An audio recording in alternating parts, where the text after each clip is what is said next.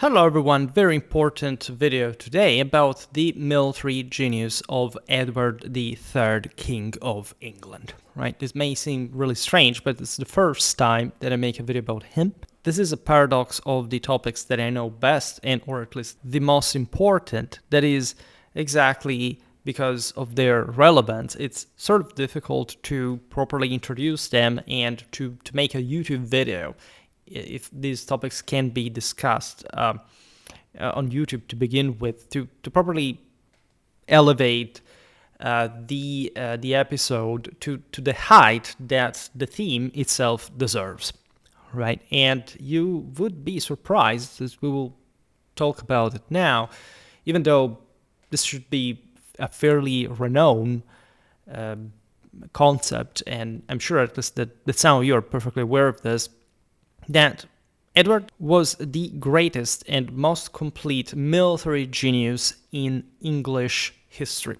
Like, the smart people will come up and say, oh, but I thought it was Marlborough, because they hear these things from other people. They don't know what military genius is supposed to be. I'm not even going to explain it for them for this video, for that matter, or at least the video will explain it by itself. And they have just to parrot that and go by anecdotes and hearsay. Unfortunately, YouTube, that's why I was just saying, is the mean that it is, and sort of we get dragged down as sort of slightly better channels than the average, historically wise, by the mediocrity, to say the least, that has always characterized this platform. By the way, it's not a matter of AI slop or whatever.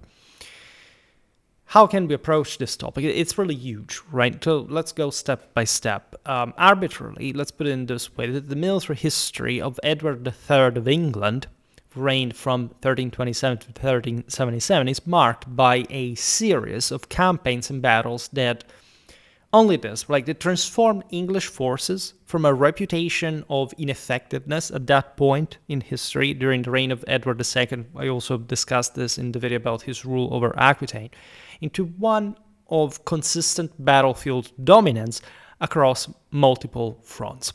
Right? This without any other sophistication that we'll try to make later on. Right? Just conceive this in a basic sort of political strategic sense, right, to achieve this, right? Actually, the reason why this military history is so important is actually that Edward will create what is in conditions of symmetry. Like, if you look at France and England at this point, they were basically the same, materially wise, right? There wasn't any technological difference, anything, like, they were very similar countries. Got the greatest series of victory in condition of also inferiority, and so in relation to at that point, the disparity in numbers, unlike any other army in history. So in symmetrical terms, let's put it in this way, war is asymmetrical by definition, but by de facto, given a background of de facto homogeneity, the English armies of Edward III were truly the strongest in history. First of all, again, other smart, let's say smart people will come up and say, oh, but no, it's not possible, it was the strongest. If you learn the difference between absolute and relative, perhaps you will get to what I'm saying.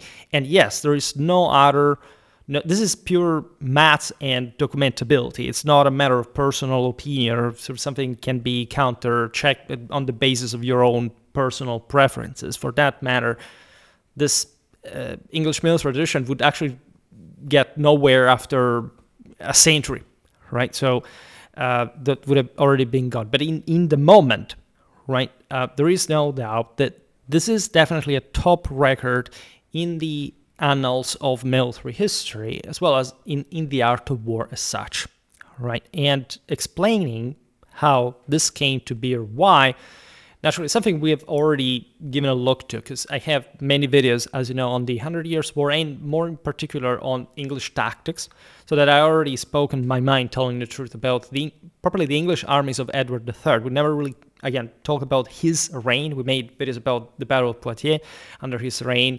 the great victory of his son, the Black Prince. We will talk about Poitiers today as well. What we will realize now is that the architect of this striking series of victories, we will list later with all the numerical ratios, etc., is in this very sense, Edward, right? It's one of the very few moments in history when you can appreciate the direct intervention of a monarch, in this case, that will really be able to reform an army in a fashion that is directly attributable to him, differently from Gaius Marius of Gustavus Adolphus, that in practice had practically nothing to do with the tactical innovation of their armies that had already become what they were without their otherwise obviously very effective leadership and command skills. Truly an unmitigated display of pure military genius that you really can't find even in the later annals of English or British warfare that obviously are extensive enough, right? There were other military geniuses, but not quite as Edward III. And it's complicated even to explain this, considering that we're talking the Middle Ages. We've seen also in the series about the Frontkriege how von Clausewitz points out the obvious, that is the greatness of commanders in history at some point is given also by the means available to them. Right. In this case, Edward literally created those means. Obviously, there was already something in terms of the English realm that provided with adequate means, but as we've seen, as we said before, not with great results in the last reign, for example, of his father. Otherwise, his grandfather Longshanks had maybe multiple videos about that, displayed a great deal of capacity, although he also his reign witnessed to some important defeats. But I mean, if you look at tribal chieftains, right, there isn't a historical way to assess whether, as they would have surely been among the I don't know, prehistorical or simply sort of more primitive Hannibal or Napoleon, right? But they lacked the means, the complexity in the harnessing of a developed military that could make us realize whether they were capable or not. You have also to grow into that. It's a matter of culture, civilization. So for the Middle Ages, actually, we find very competent, impressive leaders, commanders who will come to discuss many of the greatest medieval commanders that most of you have neither even heard of, right? And that instead were truly extraordinary. I would say Edward is at least famous enough for his deed for the period of sort of the beginning of the 100 Years' War, when definitely English armies collected an impressive amount of resounding victories. All right, but the full and genuine character of his genius is what we will explain better today.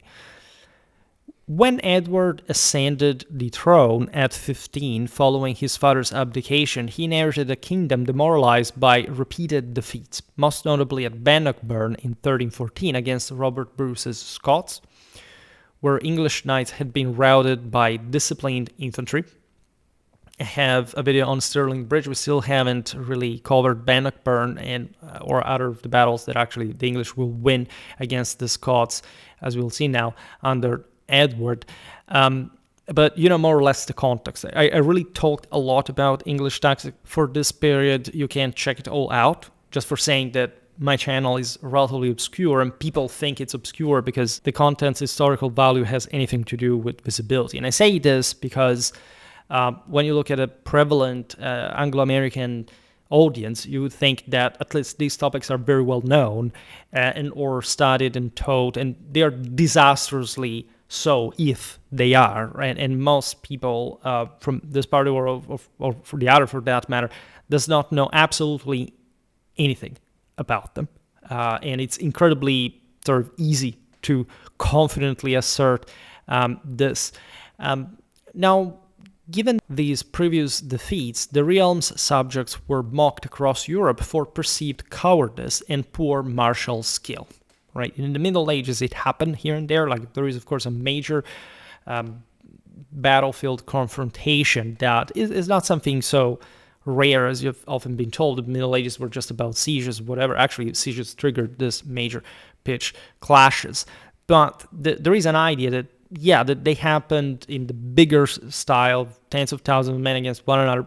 Somehow every once in a while, and that the general trend would highlight as always, like mostly the political thermometer of the situation. Like defeat in battle is an indicator of scarce political cohesion. As always, Edward II's reign had not been particularly bright, as we know, and so the English had suffered ignominious defeats at the hands of even some properly inferior enemies, because frankly the Scots really were.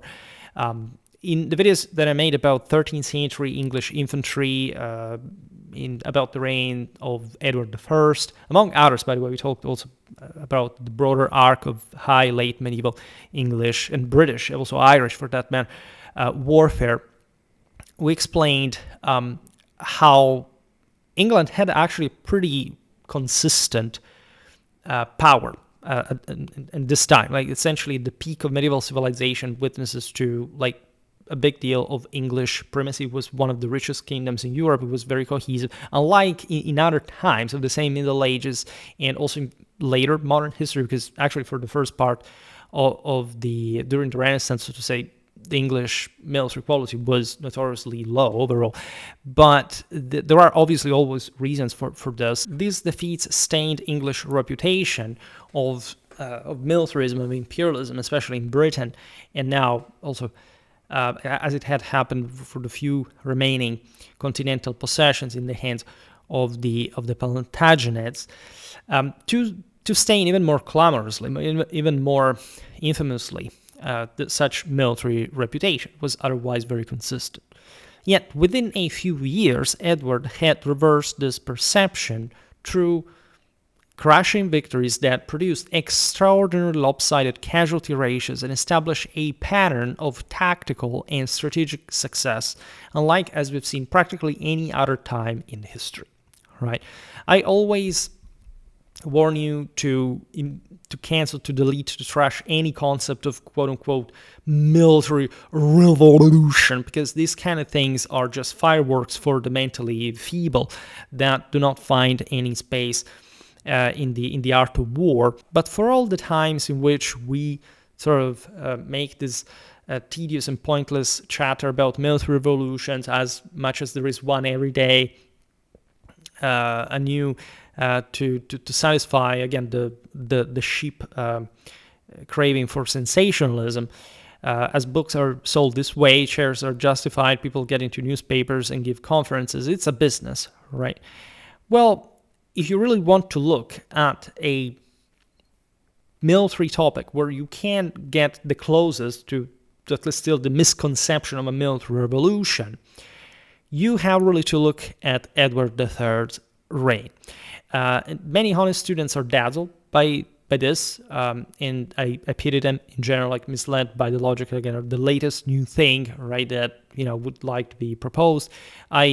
Frankly, I tell you this, I've been green-lighted by a West Point professor for the publishing in the top military historical journal for the Middle Ages, that is Anglo-American, and I've had sort of a debate regarding these things. I couldn't help but notice, and I don't want to sound ungrateful for that matter, because I've been very vocal about that also in my paper, that there is such technologistic bias still. For example, when you look at the same English armies of the 100 Years' War, the same Edward's creation, the man is left aside, the politics of it is left aside, the institution, and I will say something that I will repeat later.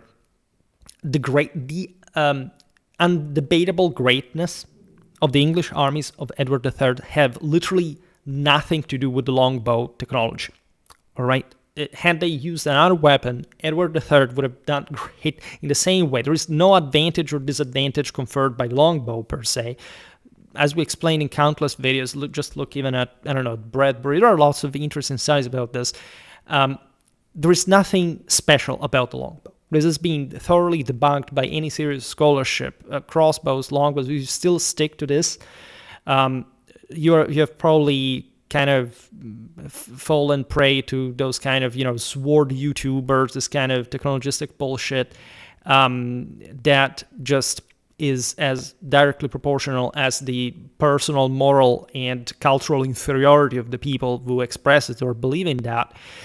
And that, in fact, cancels automatically also demerit the greatness, the quality of the English armies of the time. It's completely misrepresent and misportray why they were great, right? And there are very deep political reasons also in British history that I will not digress on why this myth has been created, right? And to the point that I'm sure that there are many people maybe coming from the same broader kind of Anglo-American mentality that would immediately think, because they're just like in a Pavlovian reflex, habituated to think that if you deny the relevance of the longbow, you deny the relevance of the English armies at the time. That's how fanatically extremistic this brainwashing has become, right? It's become a matter of dogma, and of course, like for the lowest possible reasons that are just essentially a palliative for the brain rot of essentially like by mass scale, basically all the new generations from quite a while. All right. There is a very specific dynamic here. There's a counterpart to those other honest students fed by lazy and ignorant professors with the so-called unexpectedly famous figures who pollute the ocean of strategic culture, the way plastic islands pollute the oceans of water, for that matter.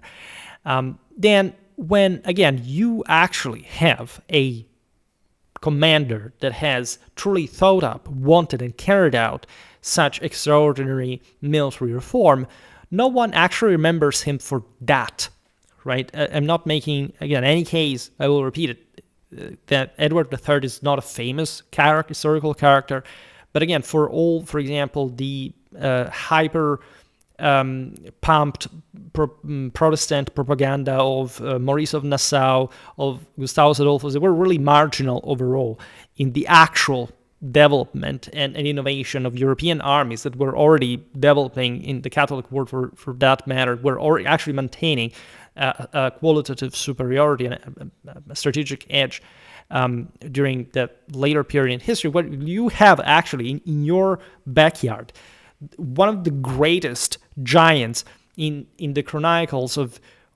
warfare, and nobody even knows anything about him as such, right? Or at best confuses him with someone else, at best because at least they place him in the same geographical space maybe, and or it's just because their thing or whatever, it's their armies, as if these were leaderless ones or were simply the product of the transposition of some commoners as free people, or this other kind of mental illness that the Fourth Estate naturally has chronicized throughout sort of the last generations in particular.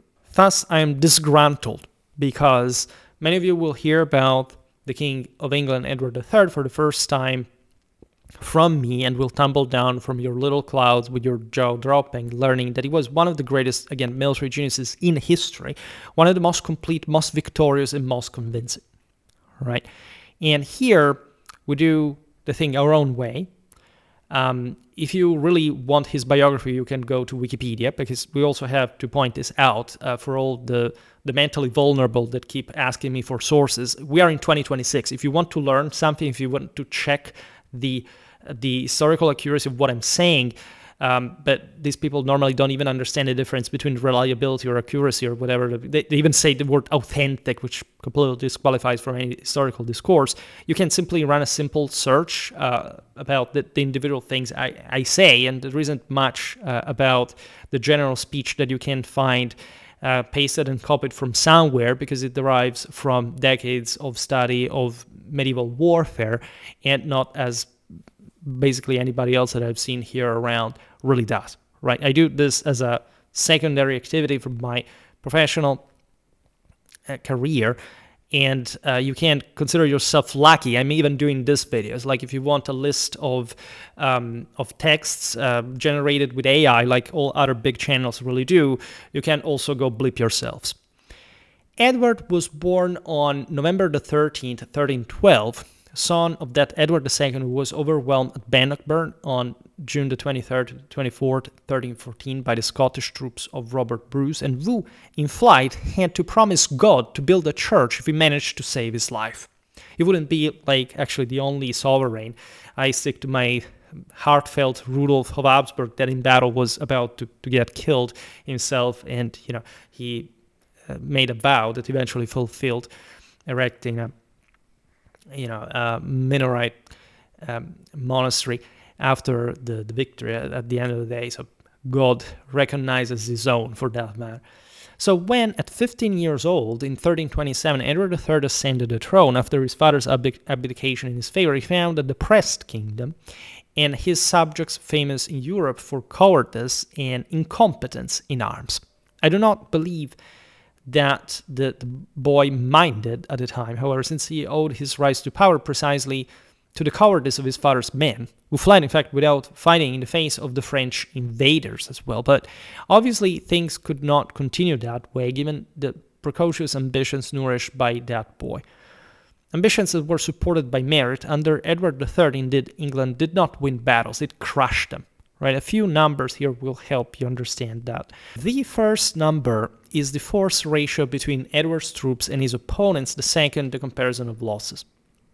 Duplin Moor, 10 to the 11th of August 1332, 1 to 10.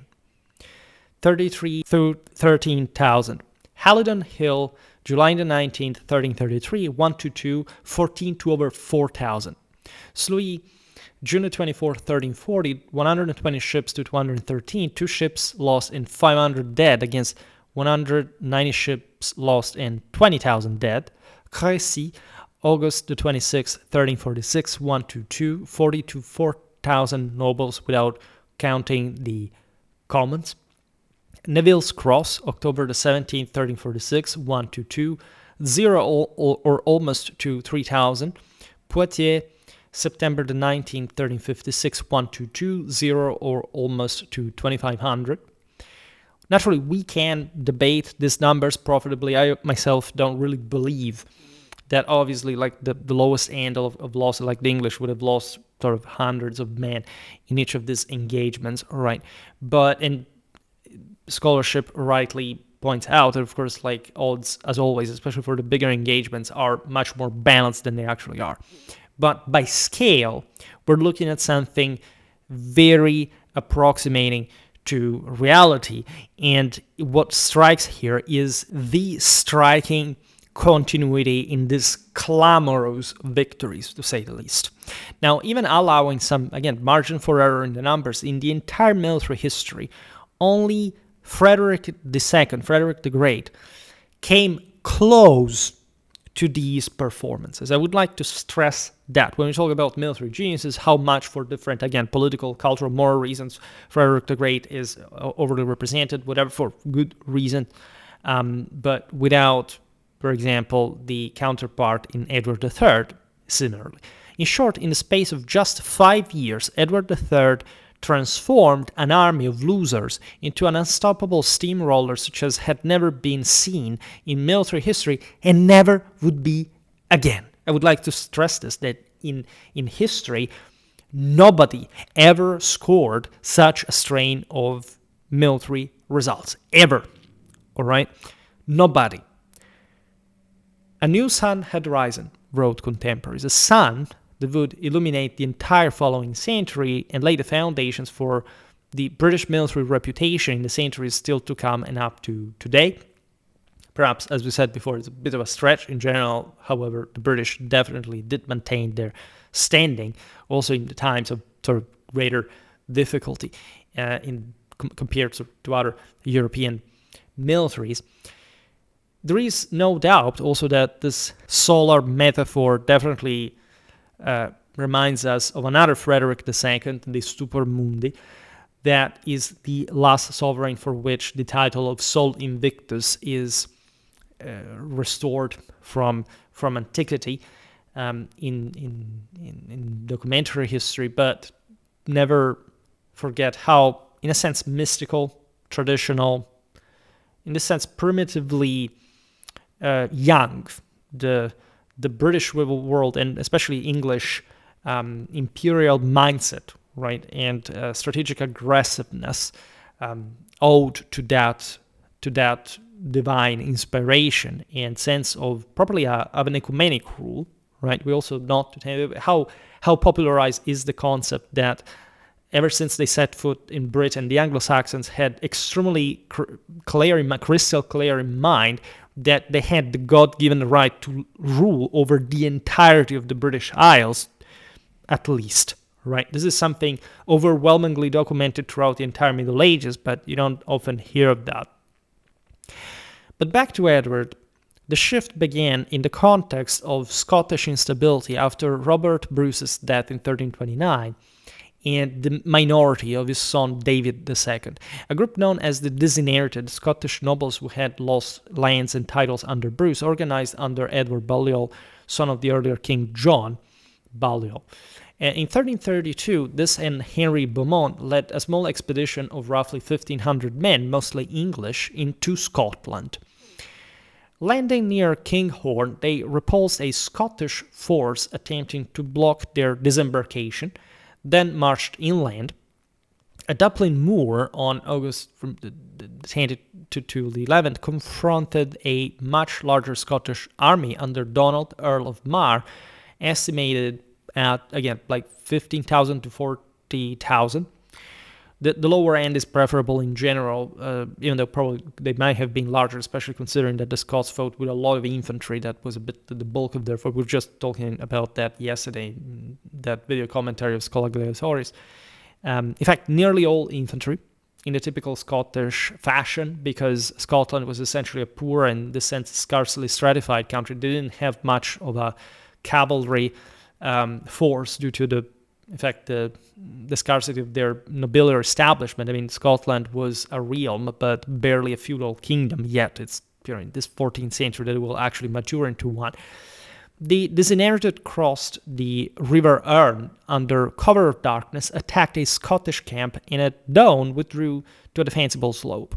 They dismounted their men-at-arms in a solid central block, flanked on both sides by archers positioned diagonally forward, creating a converging funnel of arrow fire. This is at least what a certain scholarly interpretation wants to make you believe in general. As far as I've personally researched, I'm not specialized in British history. I studied Holy Roman Empire, but my browsing of these battles, also what we've seen at Poitiers, and in general also considering that this tactic was actually used pretty much all over Europe by this point, because it was just like the universal one. I mean, there's no English exceptionalism about this, and we'll come back on that, because remember what I said about the longbow? Well, this extends also to practically any other aspect here.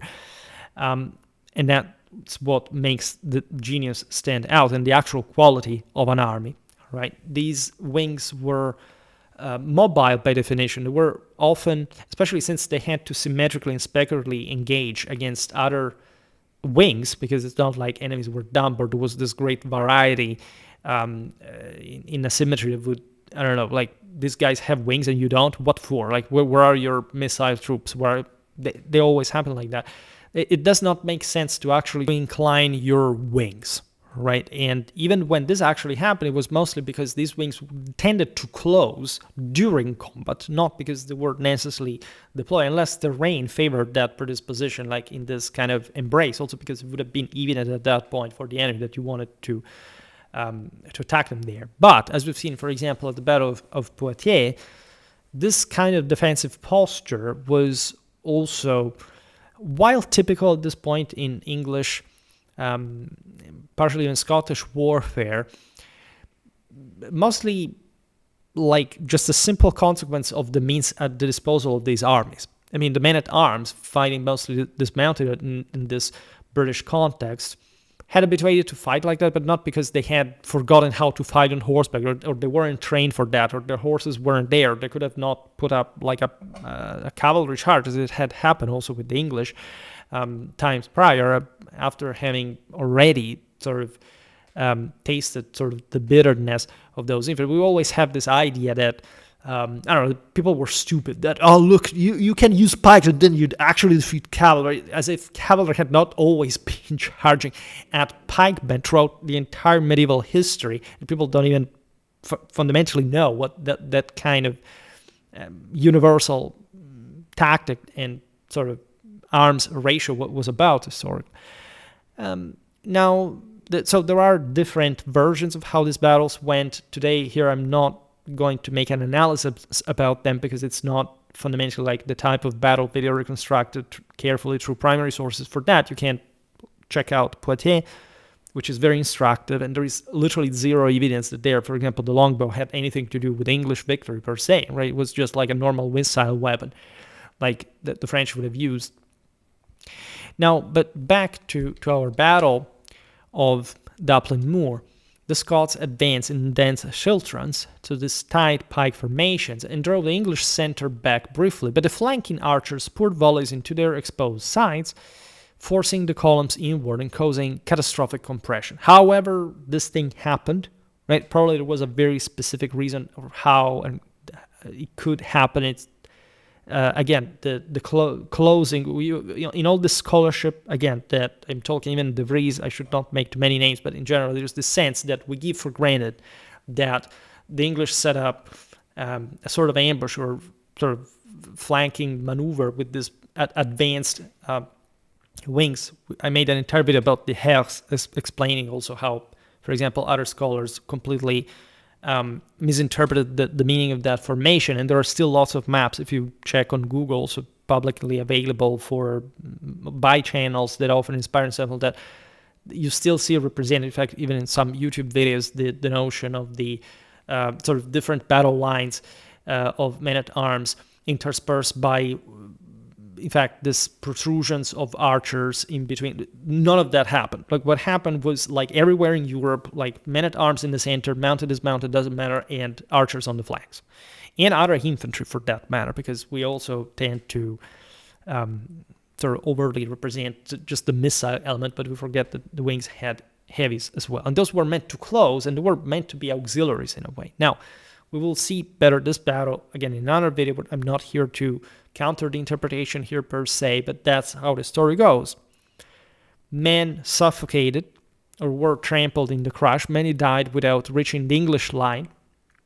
The Scots broke, pursued by mounted English men-at-arms that you see here were evidently glad and eager to take that ride.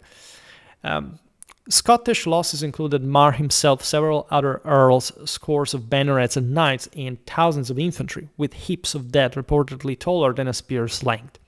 English casualties amounted to only 33 men-at-arms and no archers, apparently, at least. It's all debatable, so let's not stop every time saying it's debatable. All the figures I'm giving here are debatable by definition. Nobody knows exactly how much there were, but still, this was a crushing English victory. From a military point of view, the only firmly established conviction in England after the drubbing suffered at the hands of the Scottish pikes was that even the knights should fight dismounted, using their own lances as pikes, which had already happened and would keep happening. For example, the Swiss, we were reminded it yesterday, adopted their own idea of sort of prevalent pike formation because they were defeated by the Milanese knights of the Count of Carmagnola that had probably dismounted and used their lances against their halberdiers with success. Just for saying that this stuff was pretty universal. Nobody had really invented much. Knights could mount, dismount. This was true also for the previous centuries. The reason why these peoples had arrived to fight like that, I explained again in the videos about the English tactics of the 100 Years' War, the one about the armies of the English infantries of the 13th century. You can check that all out, right? In fact, this was actually a European process well underway in other countries, and also in places like Flanders and the Swiss Confederacy, where infantry had begun to impose its preeminence, albeit actually for a few times. And actually, this is the most important aspect of Edward III's armies, that of all the pure infantry victories of the first half of the 14th century, there is a striking series of tens of purely infantry victories that for a century and a half nobody had even dreamt of achieving, that stop right at mid 14th century with the plague, and basically you have to wait for the very end of the Middle Ages to see anything like that again, and with a very different mechanism. Just again, yesterday, if you checked that video about Schola Gladiatorum, about the pike, and in the Renaissance we talk about exactly that. Just for saying that there wasn't such a thing like an hegemony of infantry that started at Kortrijk, right? The Flemish were steamrolled by French knights throughout all the rest of the Middle Ages after that. So there isn't actually there much of a doubt. Like, you talk about the strain of victories of Edward III's English armies. Look at the strain of defeat of the Flemish communes way longer after Edward III's death, as a matter of fact. So let's be honest about this, but the greatest, most important, what makes Edward III's infantry victories exceptional is that these infantry victories are not won, in fact, by commoners, peasants, levy militias of decentralized areas in Europe, like the same Scotland, as a matter of fact, that, again, didn't even have an actual sort of knightly backbone capable of normally waging warfare on horseback in a competitive way with the English. The Flemish didn't properly have even a cavalry because they were third essayists. The noblemen had deserted them, or at least they had even actually trained their armies, but very without a numerical relevance, most of a political reason. The Dittmarsha of, say, Danish Frisia, if we can so say, Switzerland. These are all, again, fairly, not necessarily poor, but mostly poor, because Flanders is the exception that confirms, however, the rule. Countries at the limit of greater powers that are going under a specific crisis. This is the same case actually for the English with the French in terms of crisis. France was much bigger, and sort of the mid-14th century crisis brings about a greater collapse in absolute terms than what you've seen in England. It actually does not receive even that blow because it manages to exploit this weakness. But the English armies are truly exceptional because these guys are not commoners that will, in any case, be crushed later, not be able to actually achieve much in another victory per se. What the Swiss do at the end of the Middle Ages is something completely different, all right? And has nothing to do with this other era of warfare. The English armies of Edward III are royal armies of dismounted knights, noblemen, all right? For those aforementioned social, cultural, sort of political, national reasons, the English eventually developed in their narrative that the longbowman is also a bit like the symbol of the sort of the enterprising lower estate that manages to break the tyranny of sort of the nobleman, at least those titles to an oppressive monarchy, and so the longbow killed everybody. It's about that. Like, this is something actually already existed. If you look at the gentry in general, also as a sort of national indicator of pride, like of identifier, also from a social standpoint, that, well, in any case, not go anywhere after the mid-16th century in particular in the history of the art of war. But that habituated people to think that basically this weapon was way more important than it actually was. Right? In fact, if you look at Edward II's reign, well, English armies had plenty of archers with longbows. This was actually already the case from the time of Edward I. As I have now grown tired of repeating, longbows were not an invention of the island, right? The longbow does not exist. Longer bows than others have always existed at all latitudes because the bow adapted to the height, draw length, and arm strength of the person who had to use it, right? So actually, if you want to find a British longbow, you can go back at Somerset tens of thousands of years ago. That was already there. The point is that in the Middle Ages, all Western Europeans used the same identical type of bow, actually since ever. Like in sedentary Europe, bows had always been made in only one type, right? And it's basically a simple bow. It's made just with that internal segmentation is simpler, unlike the composite that has more strata. And that's it. There is nothing else in that sense for the bow. Everybody uses it. Every single country in Europe had longbowmen. They fought at the time as well. Actually, the English imported longbows from Lombardy because the pre-alpine forests conferred, because of their temperate climate, the local wood with this particular elasticity. There is a great deal of this. The English also, especially towards the end of the Middle Ages, tended to import practically everything from the continent, from guns to horses, including even soldiers at large. But at this point, definitely, they had also something on their own, evidently.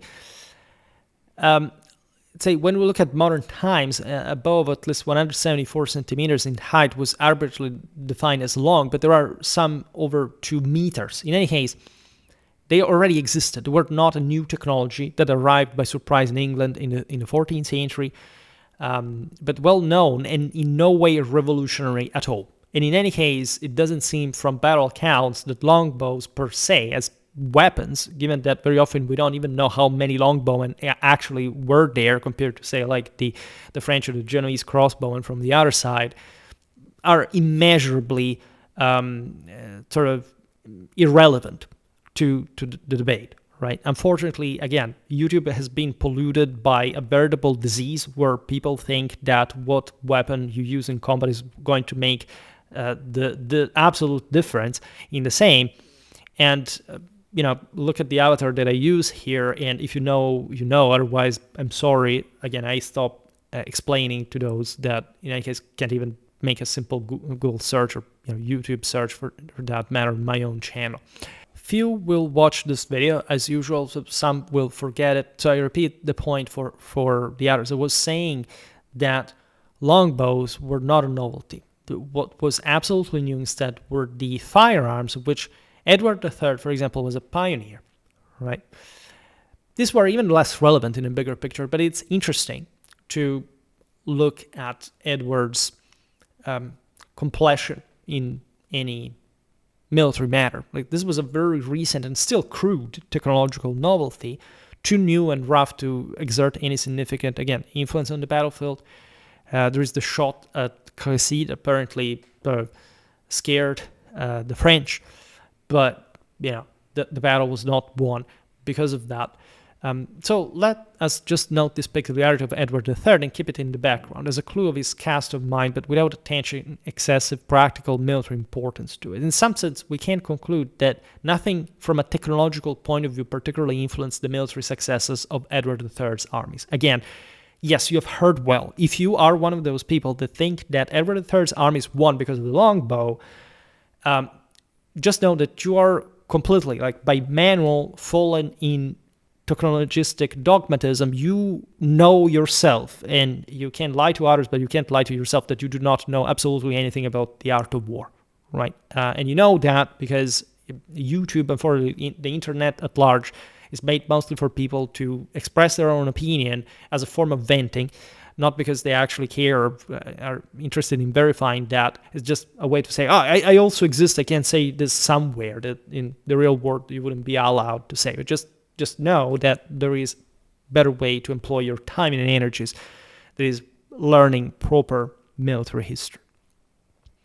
Bows or pikes are one thing. Having men in sufficient numbers capable of using them profitably is a completely different thing. Let us therefore examine this aspect. Certainly, Edward III made intense use of direct recruitment of troops, including obviously longbow archers, but not exclusively, of course, and he was not even that first because his father had done so too. And again, you can easily go back in the Middle Ages in the same England finding longbows fairly easily. Other big myth is that the English would have learned how to use the longbow from the Welsh. That's another complete BS, completely debunked.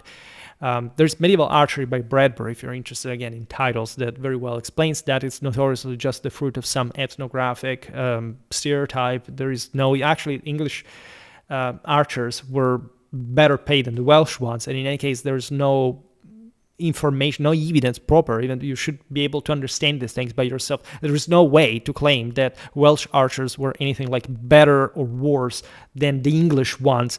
We're basically almost the same people in the 13th century and 14th century. There were just lots of Welsh in the English armies, not just because Edward I had conquered Wales for good, by the way, and annexed it to the Kingdom of England de facto, but because they were in fact poorer and they made thus better soldiers, right? So more desperate people were willing to take that path as opposed to other English, even woodmen or whatever, that were actually quite prized for their archery skills. But they were just archers. And so just like in the entire art of war, there were secondary forces, there were auxiliary troops that supported the heavies that were essentially the ones who won battles by the majority. They operated, as we will see now, that was already the case for everybody in Europe and elsewhere, with combined armed tactics, which meant that coordination between the two was necessary to win, because the enemy did in any case the same. And as we've seen, there wasn't even just a practical, material, visible difference between a French or an English army in any tangible way. But if you, again, if you look at who actually made most of the job, of course, within the combined armed tactics, it was the heavies. At Bannockburn, if you look at the previous disaster, Edward II had almost exclusively professional troops. By the way, the English had developed a pretty consistent type of force, right, with experienced veterans of the previous wars against the Welsh, the Scots, and this again started mostly like in different armies in Europe from the second half of the 13th century, especially under Edward I at that point. So they weren't noobs, all right? Well, at Crecy, Edward III had practically only feudal troops, right? Compared with feudal recruitment, the Commission of our reign, I made an entire video about that already, was a more expensive administrative and organizational system for raising army, because the men did not perform unpaid military service owed by feudal obligation, but received regular pay. Nevertheless, at least in principle, the system had the merit of guaranteeing professionalism and even the professionalization of the men.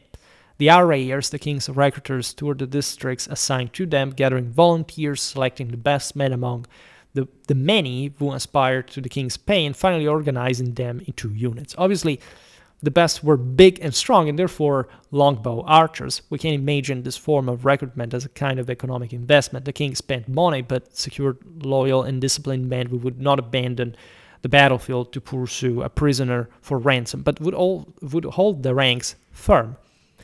The men's extra profits would come from the numerous plunders made possible by a successful campaign. The men themselves, for their part, had an incentive in this way to professionalize, first mentally investing in this condition, adopting it as a life choice with all that entailed, defining themselves as professional soldiers and publicly assuming that social status, training as professionals, and finally investing economically by acquiring the best equipment. This in particular, way more than using a specific type of weapon, was developing a sort of national identity tied to eventually like British military reputation throughout the rest of history. It's the development of a tendentially statal institution that is able probably to offer this opportunity to those that are potentially capable and intrigued in the craft.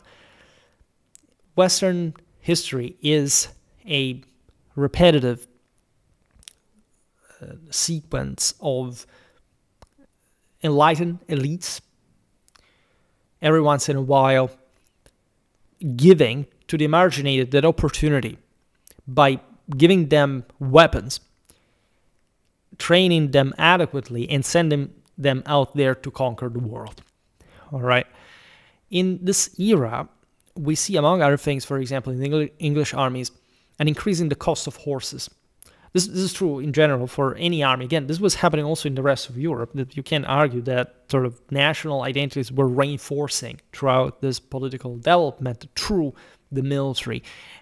Because the nobles bought ever better once for this craft. It was salaried by the crown. This was already happening, by the way, from the 13th century. You can argue that this general development happened between all across the three Edwards reigns, right? There was no real, stop in between. Edward manages to collect all this potential to finally unlock it with the right political and strategic opportunity. And moreover, all English archers possessed at least one horse at this point. This is an underappreciated aspect, but we've seen it this is not true all the time, but as we've seen in the videos about the chevauchée, these archers were often mounted, right? If not all of them. And this meant, together with the fact that by the 14th century, one of these guys could, for example, have a sword in a relatively cheap fashion, considering his pay, that naturally armies on campaign looked much worse than anything you can read in an Indian tour, so to say. But this proper organization, this professional expertise spreading through the ranks, is truly what cements the enormous stamina of English armies, right, against formidable odds, right, especially from the French military, who was the most powerful actually at the time. In images of the period, we can also notice a certain improvement in armor. Northern France, northern England were actually slightly less updated to areas like, I don't know, Lombardy, and obviously the greater centers of arms and armor production were there. So actually, when you look at the 100 Years' War, this wasn't the full top-notch kind of absolute military development. If you look at the armies involved, they weren't even that enormous, right? There were other parts of Europe that routinely fielded sort of 30,000 men per side in bigger engagements. And so the 100 Years' War is not in absolute terms this explosion of quantity, but the military instrument is just modeled on the basis of political goal, right? What the English needed at this point was, as we said before, to exploit French instability, and the English armies of Edward III, and starting from him as a model, also to his descendants, thinking about Henry V, would go on, right, for a long time in that qualitative and successful fashion. They lost the war in the end, but the wars, in any case, the 100 Years' War never existed as such. But that's also to say, remember that nothing actually lasts forever. And if you want things to keep functioning, you have to invest an enormous lot. Edward surely knew how to, right? We could have had, without him, actually, probably the rest of medieval history of sort of English military mediocrity, or average, or without none of the spectacular victories such as Poitiers, Crecy, Azincourt. However, arriving up to 1415 and beyond, but even in fact, the aspect of technology doesn't really matter even to armor, etc. We cannot attach great emphasis to it, right? English armies did not win because they were better or worse equipped in particular. The French were not that bad either, right? There were greater problems at uniformity, homogenization. The English had it easier. They were also sort of smaller, more compact kingdom. But again, without Edward's leadership, there would have not been that level of military organization either. I will not even digress on all the politics behind this, because when Edward seizes power, he does so by purging what had been his father's entourage. There is all a specific settlement that is possibly even the most important, that is not even, in fact, military at all, that allows him to get this military instrument eventually. But we stick here to the military history, military side of the story, right? As I have already emphasized, all these technological developments are not a definitive and radical transition. On the contrary, when you look at this period in history, you realize, just like in others, that technological innovation often stems from periods of crisis, not of abundance, right? And this is exactly what happens during the crisis of the mid-14th century.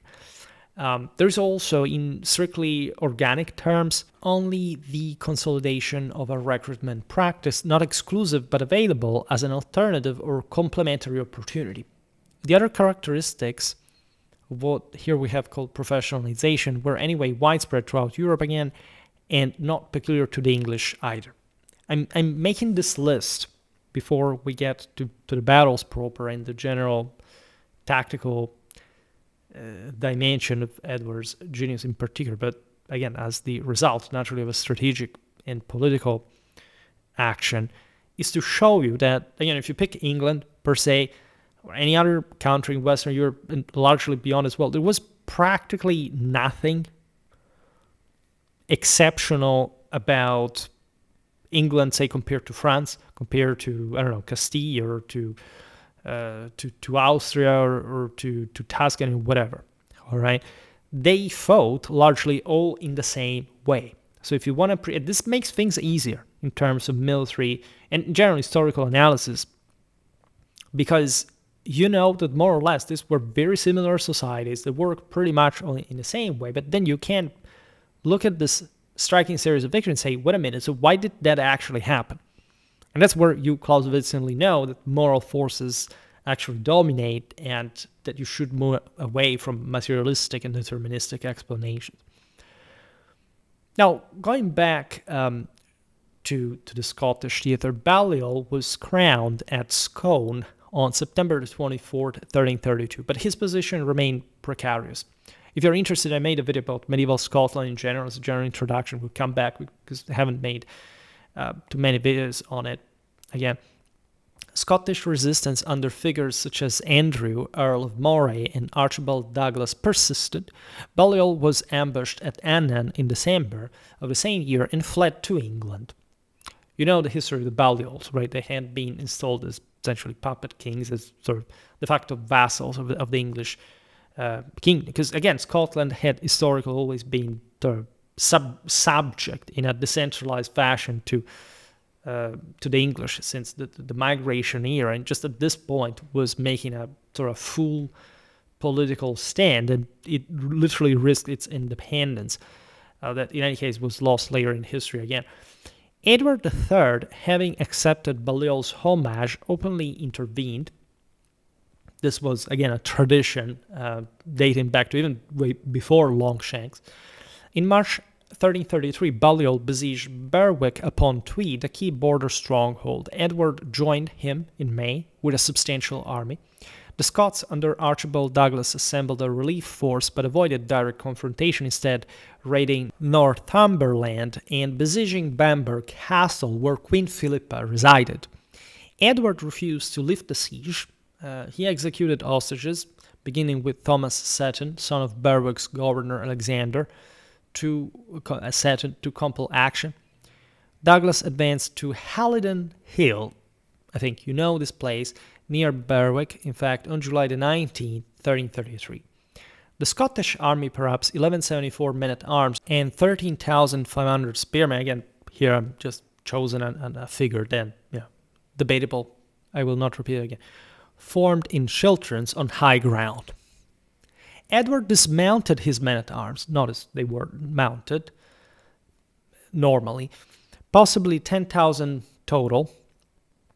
And we're talking not, of course, knights in total, but talking the entire soldiery, though likely fewer after attrition, and arrayed 3 battles side by side, some say in an arc, each with archers on the flanks. Wrong, we've already said the archers would have been on the flanks of the entire battle line, here composed of 3 divisions, producing, at least, again, this is what scholars thought initially, that there would be this wedge effect that channeled attackers inward. And again, this is also doesn't make sense because it eliminates surprise. Again, it depends on the ground, it depends on the weather, especially if you're defending, like in this case, which is, generally speaking, the true reason why the English fought dismounted most of the time, right?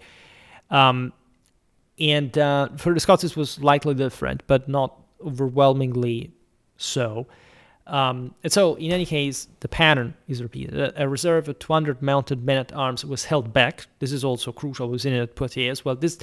These battles are beautiful for a reason, that they represent a compendium of the art of war of the era. Having battle lines with wings and a hidden reserve for a flank attack is essentially how the entire Western art of war worked normally. The peak of military qualities when you can actually carry this out successfully. I also, at some point, lectured about flank attacks, and there is an odd sort of characteristic of this, that we always know that when they succeeded, meaning that apparently, so only when we know that they were employed, does it ring right? Obviously not. It sounds more like everybody attempted this, where there are some exceptions where you know that they were both there, but the point is finding the right moment, the right circumstances to launch that attack, right? Which is much more complicated than it seems, right? Or at least it's much more difficult than it seems, because in warfare, as von Clausewitz teaches, the simplest things are the hardest, right? And warfare is actually a pretty simple thing if you think about it, after all. Now, we moderns complicate that conceptually, right? It is very simple. It's just hard also to understand or justify. The Scots charged uphill into arrow barrages that shredded their front ranks. The leading Chiltern veered toward Balliol's division on the English left, but faltered under sustained fire, or at least this is so they say. I looked at these battles on multiple occasions, and also crucially from primary sources, and the notion that archers would do the job is incorrect. Like, you can have naturally lots of losses inflicted, whatever, but heavies go against heavies and are meant to attack the heavies. That's it. All right. It's not contemplated that you're actually cut down by archers, right? All these battles are fought. True, what normally happened is that when the two heavy formations clashed, the archers, if they could, if there wasn't another wing that they could have also taken out in front of them, they would close on the enemy flank. They would start shooting at them, and then they would shred them to pieces. But because they were already involved, like offering their flank, when they were involved in heavy combat, and what they had in the front was much more important than these attacks on the flanks. It naturally was disastrous and very brutal, but not the reason why they would eventually lose. And so, from however it may have gone, again, making things very simple, the Scottish formations collapsed in disorder. The Scots fled, pursued for miles by remounted English knights. This is also very interesting. We've seen it at Poitiers as well. Scottish dead included Douglas, 6 earls, 70 barons and bannerets, and several thousand infantry. English losses were reported as 1 knight and 6-foot soldiers, though likely higher, but still minimal, apparently. Berwick surrendered the next day on terms allowing the garrison safe conduct. Balliol regained control of much of Scotland, ceding 8 southeastern counties to England and performing homage. Yet his rule proved fragile. Resistance continued, and Edward campaigned again in 1335, 1336, and 1337. These early victories against the Scots, Duplin Moor at odds of roughly 1-10, Halidon Hill 1-2, demonstrated the effectiveness of dismounted men-at-arms in solid blocks supported by flanking archers who disrupted and compressed enemy advances. Right? Perfectly normal, actually. It's the fact that here the English had won twice against these odds that is truly formidable. That's how they trick you. They look, oh, look, it's this type of formation. It's literally the same type of formation, aside from dismounting, that was much less frequent in the rest of Europe. Also because these odds very often did not exist. It shows you, actually, that the quality of these troops. Right? It could, again, go against much larger enemies and still win. Naturally exploiting at that point the defensive, deciding not to engage into cavalry charges, because if, those are the maximization, actually, of your knightly power. But if the enemy is much more numerous than you, why you try? At that point, just maintain defense. And you see what happens. The Scots break their lines, and are broken, say, by the English. And these knights mount on their horses and chase and pursue them. So it's very practical.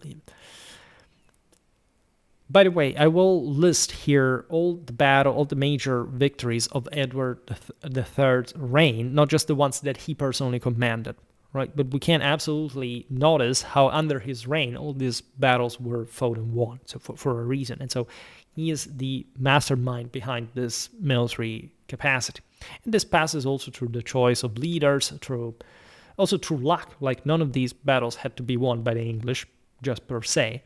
Right? They succeeded in it. And so you have to restore agency to commanders, troops, morale, also tactics, also formations, but in the syncretic way that is properly their own. Combined armed tactics is the most important thing, and also the general sort of moral force that animates them. At the Battle of Boroughbridge on March the 16th, 1322, archers had already shown themselves capable of bogging down cavalry charges, and As we have already observed, it was a fixed point in English military doctrine that the maximum mounted cavalry one could afford in battle was a small detachment to be used in pursuit. Not much because horses weren't there, as we've seen, but because troops would have been exhausted. That's a problem at Poitiers, for example. The English army was exhausted at the last French line. They were about to break, and that's how crucial it is. But they have this handful of men-at-arms that can engage, like from the, and other troops, by the way, from the rear, the French position, with this hidden reserve, even few troops, but that attacking from the flank created devastating psychological impact amid enemy ranks. The rest of the knights had to fight on foot, again, to hold the line. That's the entire point. You're already so few, right? If you don't use those troops to hold the line, you keep in reserve, they're going to be easily overwhelmed, right? On the battlefield of Dublin Moor, for the first time, the effectiveness of the synergy obtainable by combining the resistance of a wall of heavy infantry flanked by both wings by archers positioned forward and diagonally relative to the center was experimented with within this broader, say, English way of war in this generations. Again, nothing revolutionary about it. In many circumstances, troops had to dismount, etc. But here you see that the concept is fully expressed, right? Its potential is fully exploited, right? This created a kind of chamber of death, at least not in the pre-planned fashion, right? Unless, again, terrain would facilitate that. Right. For example, look at the battlefield of Poitiers. You realize that this was a sort of broken terrain, but were kind of hills. There were some natural obstacles, the opportunity to outflank. Right. So it provided with some options that, however, you had to exploit and to be good in order to exploit them. Not simply, okay, we break the sort of French order, at least we disorder their ranks, and so it's done. They are also pretty dangerous, and the English and their Gascon allies also found that out the hard way during the same battle. Otherwise, they would have not deployed like that either. So the idea is that there is this, at least at some point during the battle, declosing of the wings that, again, in my opinion, is very universal. I've seen it in many other battles across Europe that, however, nobody has really much commented on. I'm talking bigger battles than these ones, but, not even punctiform, exceptional anecdote. No, consistently, systematically documented across, a few generations in a very explicit fashion. And so this idea of synergistic deployment is attributed, at least by the sources, because the scene is fairly well documented, so you have all these anecdotes that may be just sort of random, but attributed to whom? A Frenchman, actually. Henri de Beaumont, one of the two battlefield commanders, which is at least ironic, considering how much the French suffered from this tactic in the following century, but actually showing that, again, this was definitely not some random invention. It's not like Beaumont woke up the day before the battle, say, I dreamt of this formation, let's use it. And the others say, okay, well, let's do it. And then, no, it was evidently there. It was evidently already systemic and part of the normal practice of warfare at the time. In fact, also in the way we can think Edward may have been personally involved in this decision, it's almost certain that this tactic was widely discussed beforehand at court and presented to the king, or even that just he was already aware of that and that the English already were themselves. And so Edward undoubtedly grasped its tactical advantages, will use it himself on different occasions. Now, in this formation, the English won a century of battles. All right, this is incredibly important to stress. However, again, no tactical device as such is an automatic guarantee of victory either. Not even this one, right? Undoubtedly, the enemy must cooperate by throwing themselves headlong into the trap set for them. And the truth is that likely this trap didn't even exist. This was the typical clash of battle lines clashing frontally with the wings on the flanks. Not even hidden wings, because again, there were also too many troops, and if there was no effective lateral protection, the wings could close in on the enemy later, right? Or if, again, ground allowed for, this archers, so light infantry, to pepper the enemy from a slightly advanced formation that would kind of close this chamber of death through the hairs. This actually just speaks of the fact that, as it often happened, the enemy was very confident of the fact that the English were inferior, if anything, in numbers, and therefore largely, as we explained before, not because the French army was particularly scarce or deficitary, especially in quality. They said, okay, we'll just overwhelm them with numbers. Let's not care about those guys on the wings, because first of all, we have them ourselves, but they're not our target anymore. Everybody would target the center, and obviously targeting the wings would have been senseless, because you would have squandered your heavies just to attack what? Auxiliaries? You send our auxiliaries against them, right? So, however the English prevailed, surely there is some quality from their side that derives from Edward III's reforms, but nothing tactically innovative per se, if not for the fact that, generally speaking, the English insisted very much on this type of tactics, given, again, this ratios of strength that obliged them to fight dismounted in that defensive position. And also from the French side, not having much of another tactic to win. What do you do? Like, first of all, battlefields are not like basketball fields from one side. Secondly, there aren't infinite options. You can't always outflank the enemy, or you mostly can't in certain circumstances. This is how every battle in Europe was fought, and in a sense, it's how it would kept being fought during the 100 Years' War. The English were just adapting to the situation, and the French too. There wasn't anything specifically about these tactics that had to make the English win either. Again, if you study especially the battle accounts, again, Poitiers, I always mention Poitiers because we have really done that for them, all the primary sources, you realize how the English were a step away from collapsing throughout the entire combat, which was also completely normal considering these bigger clashes all the time. In a sense, of course, troops at a point would have to also accept that flank attack can happen, because that's the tactic they're pursuing themselves. And so the men-at-arms in the center have just to think about fighting against one another. They don't have to think about being outflanked, because if that happens, it's because something has gone wrong to begin with, independently from them, right? Not because the English have predisposed them in advance and, look at how... In fact, we have evidence from some of these battles that the English wings at some point were even beaten, and at some point even they came back after sort of regrouping of sorts. So they were very flexible, and the idea that they were simply predisposed in that Hers formation is just in fact anecdotal and does not find confirmation in the entire military history of the 100 Years' War. When you're able to outflank the enemy with archers and other, frankly, melee troops, you can shoot inside this thickly compact heavy infantry formation.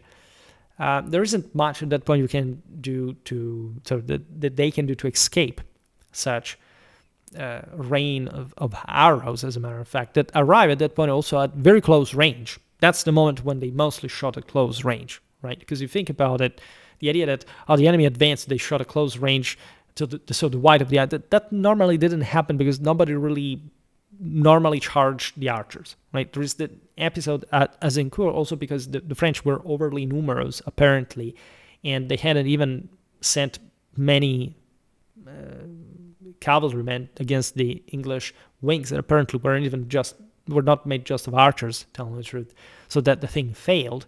But the battle was fought in the center and won in the center by the men-at-arms still, right? So,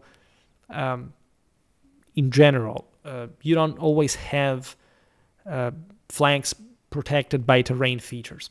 And if you need to fight in such a battlefield, chances are that strategically you are in deep trouble, right? Because you're acting as a rat at that point. You're giving the initiative to the enemy because you're inferior in numbers, as it happens normally during these victories of the English. You have all these tools that facilitate the job, or at least that can help sharpen stakes planted in the ground, which definitely means that, yes, the enemy could try to cross that, but there were also ditches, right? The stakes are not unpassable. Actually, it happens like in other battles we've seen at Nicopolis, etc., that the cavalry literally dismounts and starts removing stakes that to then remount and continue the attack, or this kind of things. So battlefields are much more dynamic than they seem. There is no game changer that makes you win the battle per se. You have to find it through, right? Through the blood, the guts, the mud, etc. For that matter, remember that even in those battles like Azincourt, in which everything went apparently all well, we actually don't really know if it did, right? We actually know very few about what actually happened. Battle accounts are normally sometimes even contradictory. They literally picture something that happened that another version says it doesn't. That creates a bit of a problem if you tell people who reconstruct these battles for a living, as I do, for example, that it's to some degree impossible to reconcile everything, right? And that you have more or less to eyeball what happened on the basis of this evidence that seems at that point a pretty normal evidence, like many other battles in other places. And you say, but was this battle actually that new or characteristic? Poitiers, for example, is a masterpiece. I hardly ever seen such a beautiful battle, honestly. And the sources make it beautiful even more. But if you look at the tactics employed, are pretty standard tactics, right? What it makes it beautiful is just the tension of it all, what they managed to pull off, the coordination of all elements, and the great command there. I mean, that was the masterpiece of the Black Prince. And so there are all these voices that run in historiography, because one scholar decides to give you just the version of that chronicler. And for example, at Neville's Cross, we'll see now, the Scots got the better of the English archers, among other things, and because it was completely normal. The Scottish had archers, including longbowmen. They weren't even particularly into them, right? But there was a normal element in a medieval army, and the English actually got the worst of that. And more or less, it was the men-at-arms who saved the day, which, as it is, actually completely normal. So stop idealizing the longbow. It's so silly, really. Even more, the enemy must attack, because the Dublin Moor tactic does not work against an opponent on the defensive and unwilling to abandon it, right? In short, I think you have already understood that its success depends, the success of this tactic depends to a very large extent on the strategic skill of the one who uses it on the battlefield. The agency that very often you're not able to explicitly reconstruct from the sources, but that with a bit of comparative and diachronic military expertise, you're able to realize by yourself. And that's when we're looking at Edward and remain in awe, right? And it's also, and obviously on the strategic level, that we must seek the origins of its success, because tactics are just also the product of strategy, right? And you don't give battle just anywhere for no reason. Edward turned to France as tensions escalated over Gascony and his claim to the French throne. In 1340, he achieved a crushing naval victory at Sluys. On June the 24th, the French fleet of 213 vessels, including 6 galleys and many requisitioned merchantmen, typical medieval battle, naval battle, albeit sort of numerous, concrete, between two important monarchies, blocked the Zwin estuary near Sluys under Hugues Cueret and Nicolas Boucher. Edward's fleet of 150 ships carrying 1,300 men-at-arms and 1,000 longbowmen maneuvered to gain wind and tide advantage. The French ships, chained in 3 lines like floating castles, became entangled and immobile. We've seen these tactics in different times in history. Naval tactics hadn't really much changed since antiquity.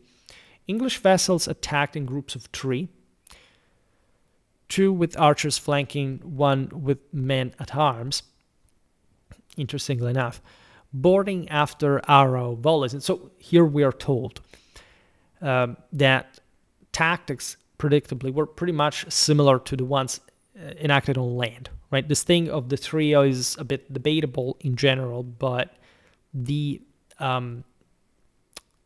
however this actually went, whether it's reconstructible or not with precision, still battle lines of ships were pretty much the same, the ones on land, right? Warfare worked a bit different on water, but still the concepts are similar, including flank attacks by concealed reserves or whatever. Naturally, there is all a technicality of the ships that have a reduced maneuver. They're not horses. There is wind, there are currents. Those are big sort of question marks and risks, as a matter of fact. But there are political and strategic imperatives that make you take them. Longbowmen are said to have outranged and outshot crossbowmen, firing at rates 2 or 3 times higher, even though there is actually no evidence that this was the case at any point in this kind of engagements, unless for some reason at Sluys those crossbowmen would have been particularly scarce. There were many types of crossbows. Normally what we see at the top performance of conventional warfare is that the crossbow actually had a higher range of the longbow, and this is also being recognized, scholarly speaking. It was by far the most versatile weapon, as a matter of fact. The chain formation allowed the English to overwhelm isolated ships while the rest remained pinned. And this is also debatable because likely they fought in very similar arrangement regarding their sort of entwining of the ships. Flemish allies attacked the French rear, which seems to be actually the game changer, like in battles on land. Only 17 French ships escaped, 166 were captured, 24 sunk or burnt. French losses reached 16 to 20,000, mostly drowned or killed, which also seems a bit too much, but still, this was a large naval engagement for the era. English losses were 4 knights and several hundred others, allegedly. Edward was wounded in the thigh by an arrow or bolt, interestingly enough. So he definitely was aware of the taste of medicine that was subministrating to his enemies. These things are very important because they show also how personally involved, of course, the same king here was, risking to literally drown in such engagements. So these were kings and knights at the same time. It was probably an age of even a remounting or almost reactionary chivalric and nobiliar spirituality and ethos. All right. Sluys gave England channel supremacy, enabling the landing that led to the Crecy campaign of 1346. Edward landed at Saint-Vaast-la-Hougue on July the 12th with perhaps 12 to 15,000 men, including 2,500 to 3,000 men at arms, thousands of longbowmen, and Welsh spearmen. The army devastated Normandy, sacking Caen on July the 26th and killing thousands. Just imagine even the temper of this, as we've seen, like executing prisoners, massacring major centers. I mean, this is dictated largely by strategic logic, of course, all aiming at some broader political goal. But imagine like being in charge of these operations and feeling the entire responsibility. The army marched southeast, burning along the Seine to within miles of Paris, then turned north towards Flanders to link with allies. There's all a context here of international cooperation between the Flemish at large, even though there isn't such a thing like just the Flemish, like it's a very fragmented political situation over there. In any case, allied with the English.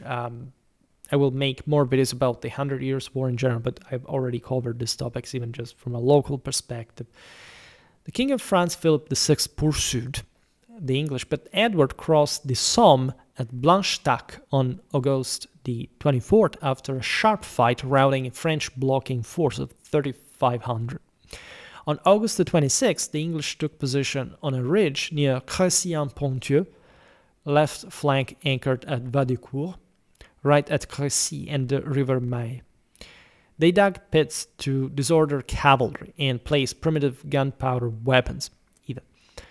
The army formed 3 battles, the vanguard under the Black Prince with 800 men at arms, 2,000 archers, and 1,000 foot, the second under Arundel with 800 men at arms and 1,200 archers, the reserve under Edward with 700 men at arms and 2,000 archers. All right. So the idea here is that we will see this better again in the battle dedicated to video dedicated to primary sources. Different scholars represent different things, right? They represent even sometimes just 2 lines in depth, or 3 lines in depth, or just actually 3 divisions in a single line, or something like 3 staggered, like one the division of the king behind, and in the front 2 separated divisions, like a sort of hex with the same sort of battle lines from both sides, etc. Now, we're not here to comment on that. There is a way battles were normally fought. Naturally, deploying depth makes a lot of sense, especially if you have this kind of bottled battlefield that allows gradual engagement of reserves, etc. Right. However, men-at-arms dismounted in the center, as always, of each. Remember, this chevauchés were carried out, again, on horseback, plundering, looting, and so on. Spearmen behind their set, but it's well possible that they actually were on the wings themselves, because, again, having just archers out there without any other mechanism. You see, the same heavy infantry on the wings could break the ranks and attack on the enemy flanks. We've seen it in many other historical circumstances that sometimes speed is worth maintaining formation, especially if you're on the wing as an auxiliary force. Archers were on flanks and also in skirmish lines, because normally, like, armies also bought time by skirmishing with their lights in front of the battle line. Some of these forces were also concealed in woods or wheat. Philip's army is substantially larger, perhaps 30,000 to 40,000, including 8,000 to 12,000 men-at-arms, 2,000 to 6,000 Genoese crossbowmen, and masses of infantry advanced late in the afternoon. It was a hell of a host, right? Apparently, a rainstorm struck. English archers protected bowstrings. This is the BS, like the fact that Genoese, because this is what sources even tell you, and I will not open the digression on the difference of types of sources and which are reliable or not, etc., also across different countries and whatever. But there's this notion that the Genoese crossbow strings reportedly suffered from this humidity, which normally, like, every archer knew how to keep their bowstrings pretty well dry, right, away from humid. In fact, accounts differ on the subject matter.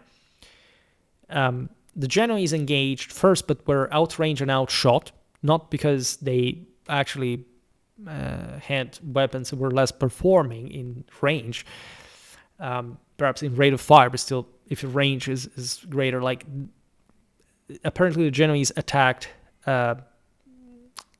uphill, which is a considerable disadvantage without mentioning, and it seems that the longbowmen may have as well been 3-1, the Genoese, right? So there's also this other thing that they lacked pavises left in the baggage train, and they were impeded by mud when reloading.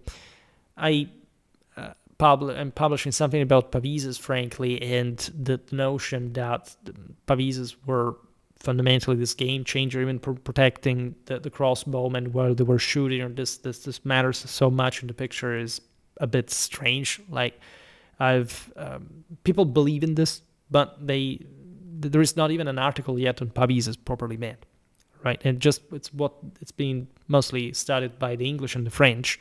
Nobody really looks at other countries like Germany or Italy, where, by the way, the pavis was basically spreading throughout most of Europe. There are many misconceptions of that type of shield, including the fact that it was anything different from a normal shield, just slightly different in composition. The ways was built, like different strata. But here everything seems like an excuse, or some rationalist that has to claim, like some famous sources from the Battle of Crecy do, that this was due to this specific technical issue. For example, Villani documents the battle, doesn't speak of this specifically. But in any case, the Genoese allegedly fired perhaps 2 volleys before retreating. French knights hacked at the fleeing mercenaries, throwing the vanguard into chaos, which is also debatable, telling the truth. By the way, the Genoese kept being perfectly hired by the French way after this, so there is no evidence that the crossbowmen in general were ineffective against archers. There is really no way to measure this. There isn't an engagement where odds were balanced to the point where just you can't say, okay, in absolute terms, we know when they face each other in conditions of symmetry, this side won or the other lost. There isn't anything like this in military history for the time. So the entire notion of crossbow inferiority is actually nonsensical. But in any case, English archers and bombards added to the disorder. The first French cavalry charge, led by Charles of Alençon, was disordered by fleeing crossbowmen, mud, uphill ground, pits, and arrow fire that killed many unarmored horses. Again, this is all normal. They had to advance under enemy fire. Who would have thought about it? Right? There were obstacles along the way. Yes, if battles had only been won by this, you would have just fortified yourself, behind ditches and stakes, and nobody would have ever attacked you. This is obviously not the case. All right, these technological aspects have been overly inflated, especially by modern scholarship, to make a point that at the time would have been properly unremarkable, or at least even if, of course, the English did dig these ditches and sort of fortify them, etc. This was completely normal all across the rest of Europe at the time. It's true that stakes appear, especially by the time I was in Cour, after something that had happened also at the Battle of Nicopolis, we said before, against the Ottomans, and made use of that. But the notion that it would have not been used before may simply be due to the fact that they weren't specifically described, right? And there is a modernistic mind that kicks in these chronicles with the crisis of the mid-14th century that tells you more about these technical details, but this may have, happened in previous times. Actually, in fact, we had, did really someone need to come up with a stake fixed on the ground? Otherwise nobody would ever thought about it otherwise, or armies would have not already developed that. It doesn't sound very convincing, to say the least. Now, at Crecy, impetus faded before reaching the English men-at-arms. Hand-to-hand combat followed, in any case, because that's, again, what the French, as competent as they were going for. And this clash is naturally murderous. It's very bloody. It's the thing, the deal that took really men-at-arms to handle, and how important it was. The charge was repulsed. Further charges repeated the pattern, hampered by dead horses and men littering the slope. Fighting continued into the night, even. One account notes 15 of 16 charges. This is extraordinary, right? This also tells you how powerful the French were. This was not like being beaten at all times without inflicting losses. This was just like the next one can actually break through the enemy. And the English from the other side were really pulling off a massive stunt, right? So this is often interpreted as, look, the English used this tactic and the French all died. No, right? Otherwise, you remove also any valor from the English, right? Because they would have not need to fight it out. Like they would have already won because they used this tactic, right? Obviously, dispelling as a theory. The blind King John of Bohemia famously tied his bridle to attendants and charged to his death. We'll talk about him at some point. Philip had 2 horses killed under him and took an arrow in the jaw before withdrawing near midnight. The English slept on the field, right? I'm skipping lots of details concerning how armies also more or less understood they had won, how they had to stay on the for days on the battlefield in order to test whether the enemy forces would regroup, etc. In fact, next morning, late arriving French contingents were even charged and routed. French losses were catastrophic. 1,542 noble men-at-arms counted by English heralds, plus thousands more common infantry. disproportionate magnate debts, including 1 king, 9 princes, 10 counts, a duke. The king is naturally John of Bohemia, an archbishop, and a bishop. Right? Naturally, similar disasters had happened. They would continue happening. So Crecy is really extraordinary, to say the least. Right? We wouldn't be making this video otherwise. I mean, it's really the masterpiece of Edward III. However, right, remember that, yes, these things happen. Right, what matters here is, again, the fact this kind of picture repeated itself under Edward III's reign and beyond because of a military standard that he set as a ruler and commander. English casualties were apparently very low, perhaps 40 men-at-arms and a few dozen others, though some modern estimates suggest around 300 total, which seems more credible. Crecy crippled French ability to relieve Calais, in any case. Besieged from September 1346, the town fell on August 3rd of the following year after 11 months, becoming an English stronghold, as you know, for over 2 centuries. The campaign established longbow dominance and confirmed Edward's tactical system. Offensive strategy forcing battle on chosen defensive ground, dismounted men-at-arms holding the center, archers disrupting the flanks. I know that you know Agincourt better and even consider it one of the greatest battles in history, but I think that this is only because of the reign of King Edward III, in whose composition Shakespeare perhaps participated himself. It's certainly not well known, nor a masterpiece like Henry V, but Crecy was a battle wanted by Edward III, whereas Agincourt was a battle imposed on Henry V. He also stopped and said, okay, crossing the Somme, said, well, what do we do? Okay, let's give battle. But he was being properly chased. Edward III had the possibility to go on, right? Unlike Henry, that would have probably been crushed because the French were really on his heels, right? Besides, the strategic maneuver of Edward was a success, while that of Henry a failure, because they were factually retreating, whereas Edward was basically making this great detour, heading where he wanted to get, as a matter of fact, before Crecy. There are many reasons. I also recently made a video last autumn about Henry V, a military history, and again, outstanding commander and a giant of a man, really, considering what he went through from his very first engagement, like really an extraordinary figure of a knight hero, like in English royalty and knighthood tradition. Now, the same Poitiers campaign and the battle that concluded it is much more interesting than Agincourt, frankly.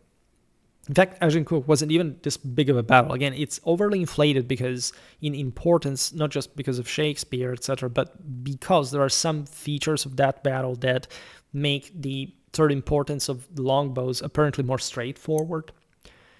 And it is really it's difficult not to fall victim of the charm of Agincourt in general, right?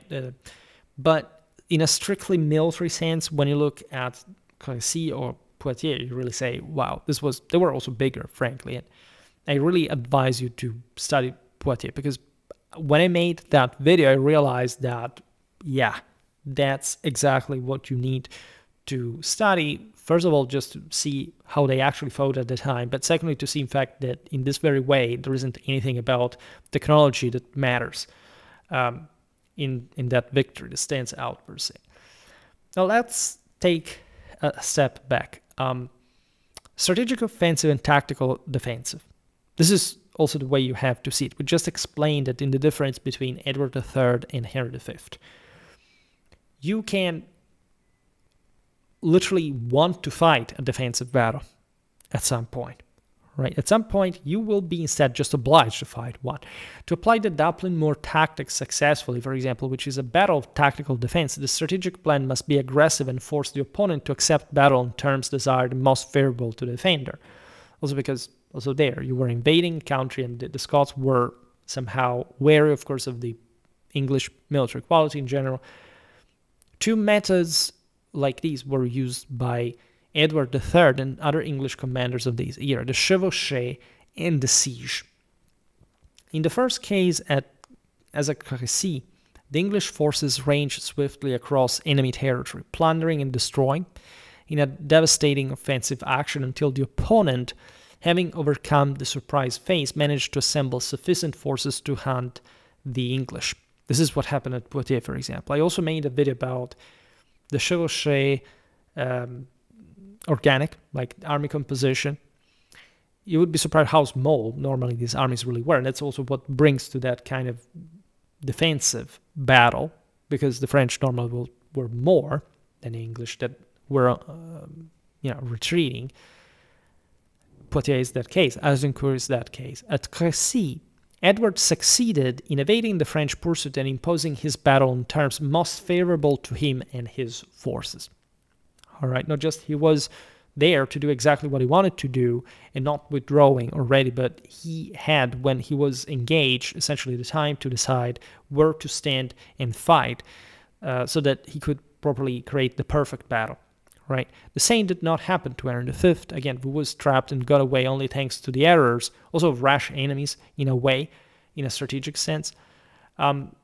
So there are some interesting reflections over this. Does the chevauchée remind you of the Spartan strategy in the early phases of the Peloponnesian War? Indeed, there is nothing new under the sun.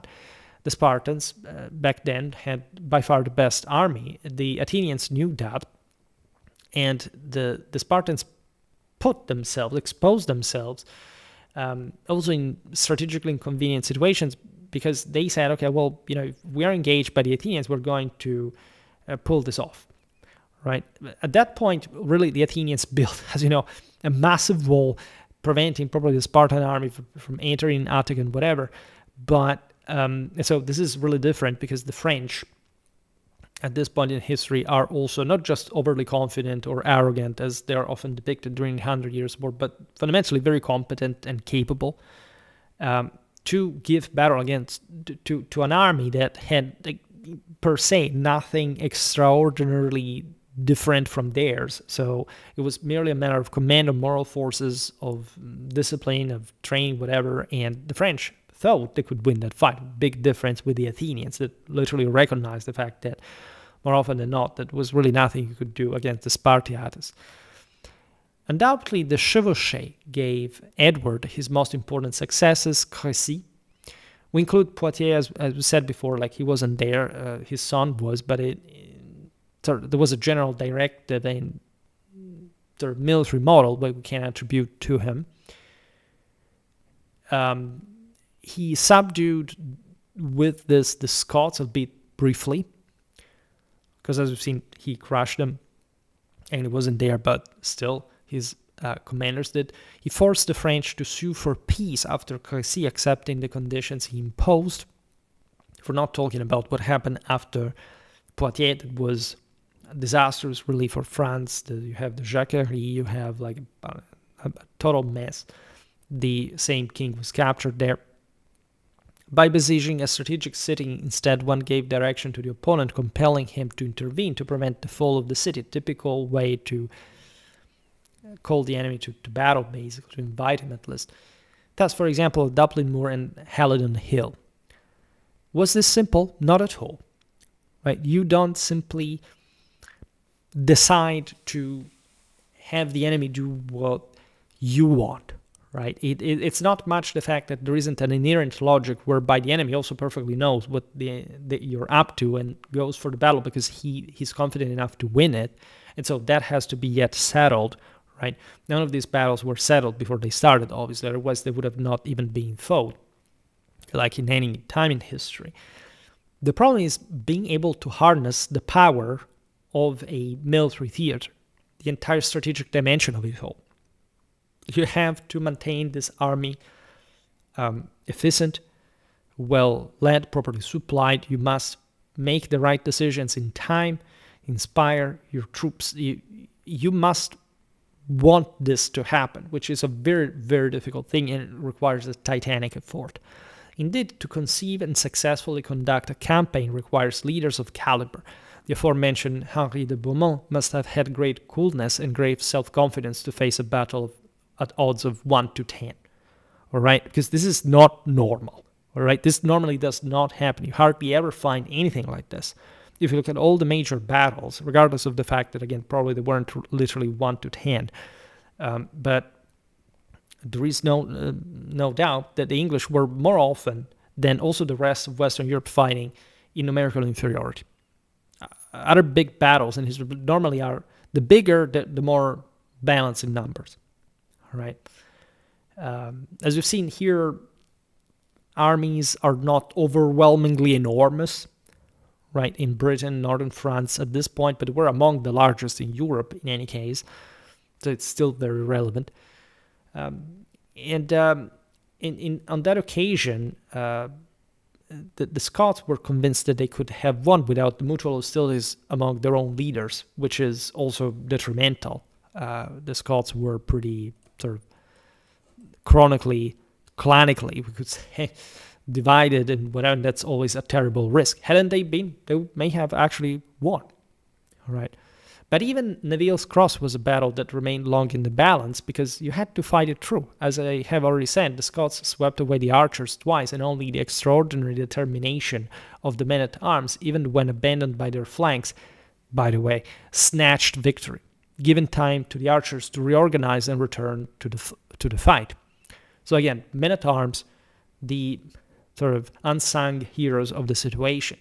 Those cowardly archers even fled and exposed their flanks, and at that point the Scots did not apparently have much to exploit the situation.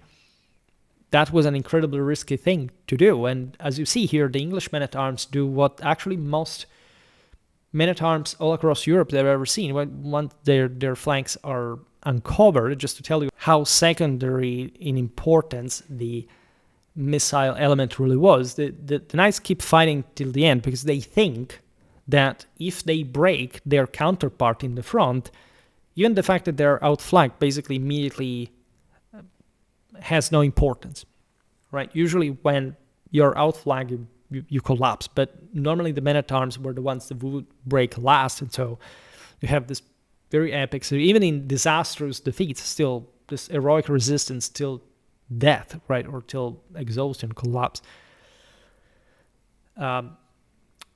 The same happened at Poitiers, because the arrows did not break the French combativeness, and after 3 assaults, repulse, a fort was being prepared, led by King John in person, which could finally have broken English resistance had it not been for the extraordinary determination of the Black Prince, Edward, and above all, for his tactical intuition. A simultaneous surprise attack from front and rear, the latter conducted by a small detachment of cavalry sent by the prince, that was lethal to the French, right? If you hadn't been Edward, the Black Prince, namesake of his father, you would have not pulled it off, right? You needed the coolness, the charisma, the confidence. His army was exhausted. They had received multiple French battle lines. That's the moment in which you collapse, basically. The archers had to go pick the spent arrows on the battlefield in order to have enough to face desperately the enemy. But really, the last wave, and what really makes it actually is this flank attack that is perfectly coordinated. And you need, again, good commanders that have coup d'oeil, launching the attack in the right moment without surprise is one of the most difficult things ever. And it's not like the French didn't expect that this could happen, by the way. So, as von Clausewitz says, in war, even the simple things are difficult. And that's what you must understand. Actually, the simplest things are the most difficult. And to explain what von Clausewitz meant, the example of Halidon Hill helps, because if the idea of attracting the enemy to battle with a siege seems simple to you, nevertheless it takes Edward's administrative and logistical abilities to bring the besieged to starvation. That is also, in and of itself, a massive attritional effort. But many other excellent commanders accompanied Edward in battle. Thomas of Brotherton, Edward Balliol, William de Bohun, William de Clinton, and others still. And a group of leaders like this is not something that is improvised, but must be cultivated with intelligence, and is the ripe fruit of a great connoisseur of men and of the ability to give space to talent, which is really crucial but also uncommon for a leader. And finally, Edward III, the man who wanted all this and knew not only how to organize armies, conduct military campaigns with fine strategic intuition, select leaders and draw lasting results from victories, but also how to hold all this together in a broad political design. The campaign of Poitiers in 1355-56, the Black Prince led a major chevauchée from Gascony, landing at Bordeaux in September 1355 with 2,200 English troops, reinforced by Gascons to 5,000 to 6,000. Right, the French were the majority in the English army at Poitiers. He raided to Narbonne, the Mediterranean, and back, devastating wide swathes without capturing territory, but inflicting immense economic damage. Right. We'll talk about the single chevauchée because those are some of the most disruptive in absolute. Like Occitania suffered tremendously. Like the suburbs of Carcassonne were devastated and more. In 1356, Edward advanced north from Bergerac with 6,000 fighting men, spreading devastation across a 50-mile front. John II, King of France, pursued with a large mobile army, crossing the Loire and maneuvering to cut retreat. By the way, this theater is a very historically familiar one, considering Anglo-French warfare and also Anglo-Gascon French warfare.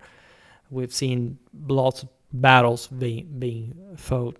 We made a video about Taillebourg, for example, from the previous century, by the way, not that far in time. There had been other battles there. After failed negotiations near Poitiers on September the 18th, at the close of the season, and with the English really struggling to sustain themselves on the field, battle occurred as the French had basically boxed them. In fact, the next day south of the city. Terrible ground, by the way, but still exploitable in defense. The Anglo-Gascon force of roughly at this point, because there are different estimates of how numbers had risen or decreased, from 6,000 to 3,000 men-at-arms, 2,000 longbowmen, and 1,000 Gascon infantry, took this strong defensive position in the forest of Noyer, behind edges, ditches, and pits. Divisions were led by Warwick on the left, Salisbury on the right, the Prince in the center with a reserve. French strength reached 14,000, 16,000. This is also not necessarily debatable, but we'll never fully know how they were actually arrayed, whether a single battle line really, or again, like as we've seen also in our reconstruction, a somehow backward position princely center there. In any case, French strength reached 14 to 16,000, 10 to 12,000 men-at-arms, allegedly at least 2,000 crossbowmen, 2,000 infantry. This is a phase in European warfare in which you find lots of men-at-arms and few other commoners fighting. Is really typical of the 40s, the 50s, the 60s partially, of the 14th century because of the general mid-14th century crisis and many reasons that I explained here and there for different countries as well at the same time. Most of the same French fought dismounted, except small mounted groups, we're told, in fact, of specific mounted forces, even shielding their own crossbowmen with their own horse armor against the English bowmen, just for telling you how confident even a French knight could be against that. And successfully so. It's just when the English managed to outflank them that they started inflicting losses also on the horses, because normally also their belly was exposed, regardless of barding, normally. And this depends on different circumstances. Now, French vanguard cavalry under Marshals Auderhem and Clermont charged but was repulsed by marsh terrain, arrow fire into horses' unprotected hindquarters, and close combat at the Hedge Gap. The 1st Division under Constable Brienne was driven back by archers and men-at-arms. The Défense 4,000 dismounted men-at-arms attacked vigorously for 2 hours, breaking through briefly but repulsed after fierce melee. Orléans' division partly fled, taking John's sons. There is a bit of confusion in the sources. We don't understand 100% the various sort of which lines were that were defeated, who commanded them, etc. In any case, the king's reinforced division, now perhaps 4,000 men at arms with crossbowmen and the oriflamme unfurled, advanced. English lines buckled under pressure until a small mounted force of 160 under Captal de Buch struck the French rear. Panic spread, the French collapsed, otherwise it would have overwhelmed the English and the Gascons. John and his son Philip were captured. 2,000 to 3,000 men at arms were taken prisoner, roughly 2,500 men at arms, and 700 to 3,800 infantry killed. Debatable figures, but we stay to them. John was ransomed for 3 million gold écus under the 1360 Treaty of Bretigny, ceding vast territories, and as you know, they're putting an end to the first phase of the 100 Years' War, thanks to the armies of Edward III. Fighting resumed, as you know, in 1369, but the war ended in French victory in 1453, leaving only Calais English until 1558. Historically, we've seen it also in the video about the French Wars of Religion. The Gascons would have the English land in southern France during, civil strife or whatever. So it's always the same old story for a very long time, even from the Viking year to an extent.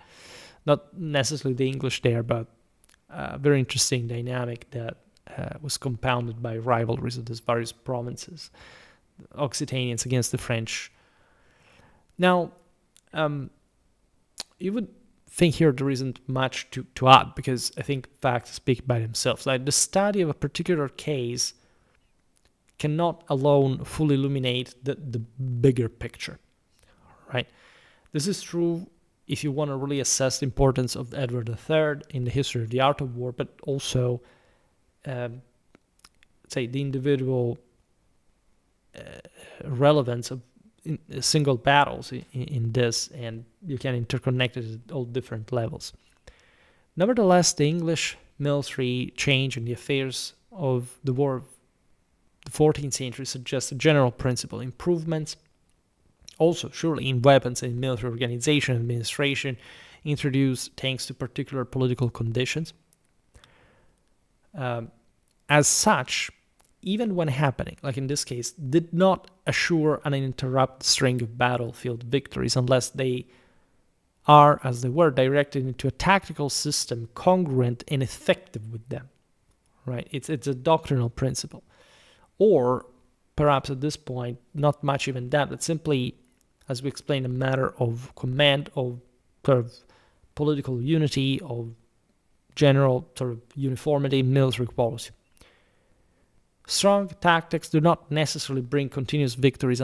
So understanding tactics, at least as some, for example, broader arrays, right? Tactics are how you eventually fight and win, right? But again, there isn't this magical formula that makes you win all the time unless military leaders first develop and implement strategies that create the right circumstances for their employment, and therefore first succeed in obtaining a battlefield success that will never be taken for granted, and then translate that success into political results that are not ephemeral and as sustainable as close as possible to those desired. Right? Edward II's use of paid archers with longbows did not bring England to the level of a second-rate power. It took the combination of the tactics adopted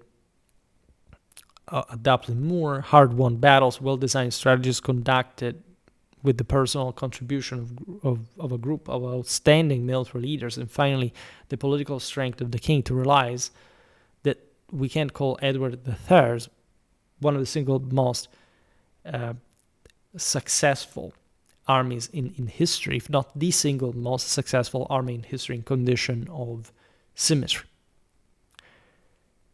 The non-obvious and far from banal point is that this apparent causal sequence of necessary elements is in reality not so, but historically one or another factor has proved to be the catalyzing force of the process. And as in the case that we've just examined, the human factor always seems to be the predominant one.